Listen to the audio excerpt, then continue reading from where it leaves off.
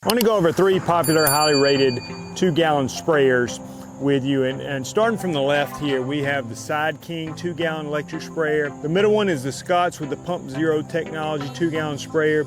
And over here on the right is the PetraTools HD 2000S. Now they also have an HD 1000, which is the 1-gallon version of a very similar product. So I've gotten to where I really love the battery-powered sprayers, just from the convenience of not having to pump them up. Now, so in this video, I want to give you some of the pros and cons and just my personal experience with these.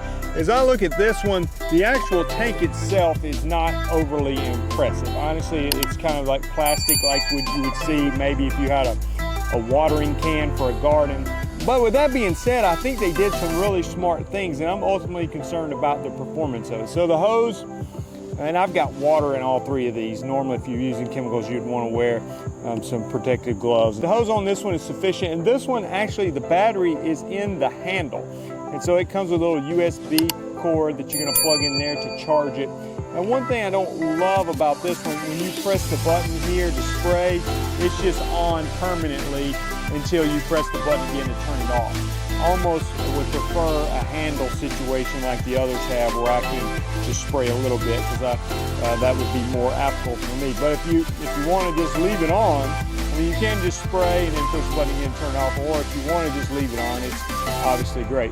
Now, all these are going to come with a strap. I personally don't love the straps, but they are there if you want to just put it over your shoulder, or the other option is carry it with your one hand and spray with the other hand. I like that it does have a wide opening here. It actually has 2 openings, but a nice wide opening, which is convenient. It does have a see-through place here where you can see how much is left in the tank, and if you're in liters and ounces, 128 ounces is a gallon. And this one comes with multiple nozzles. I prefer just the round nozzle and adjust it to where it sprays kind of a cone pattern. But I'm impressed with how this sprays. It's got an adjustable wand on it, a metal wand, mostly plastic handle, but as far as the actual spray, it does a good job, so I'm happy with that. Moving over to the Scott's, and I've used similar sprayers to this for a long time, so I'm very familiar with this one. I've used them without the battery, the actual pump up kind. So this one's going to have a pressure release valve, which is nice. If you want to release the cap, you can release the pressure. It makes the cap easier to get off and not spraying and misting on you. And I'm a big fan of these. The one downside I have had with these type of sprayers is eventually, over time, and I mean it may take a long time, but the hose will begin to kink right here. That's what's happened to me. That's the part that typically has given out. And this one's pretty cool, because instead of coming with multiple nozzles, it has this one nozzle that has 3 different settings. So I can put it on a fan, a stream, or a cone. And I put it on the fan setting for this particular one. Clear tank, so you can easily see how much is in there. Notice about battery-powered sprayers is they do last a good while, because it really doesn't take that much power to spray. So you see this one.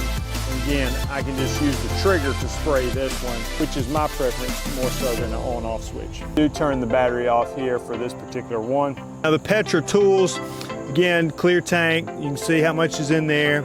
Also, nice wide opening on this, which is good. Comfortable padded strap if you like the strap.